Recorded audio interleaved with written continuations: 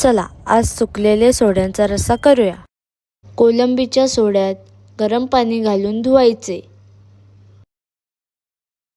कांद्याची पात, भेंडी, टोमॅटो, घेवड्याची शिंग, शिमला मिरची, कोथिंबीर आणि बटाटा।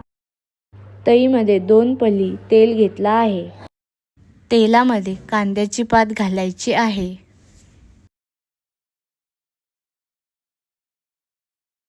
टोमॅटो पण टाकून घेते। सॉफ्ट होण्यासाठी थोडासा मीठ टाकते। परतून घेते। 1 चमचे मसाला टाकते।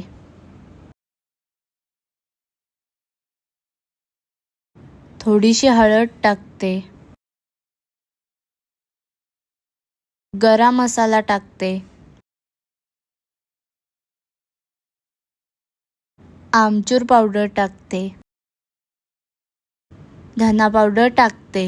थोडीशी हिंग टाकते। मसाला परतून घेऊया।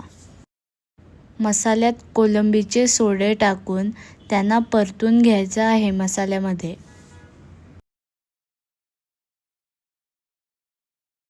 घेवड्याची शिंगा, भेंडी आणि शिमला मिर्च टाकून घेते। त्याच्यानंतर परतून घेते। बटाटा आणि कोथिंबीर टाकून घेते आणि मग परतून घेते। शिजवून घेते। थोडा पाणी टाकून घेते। मग फायनली शिजवत ठेवा। रश्श्याला तांदळाचा पीठ लावते।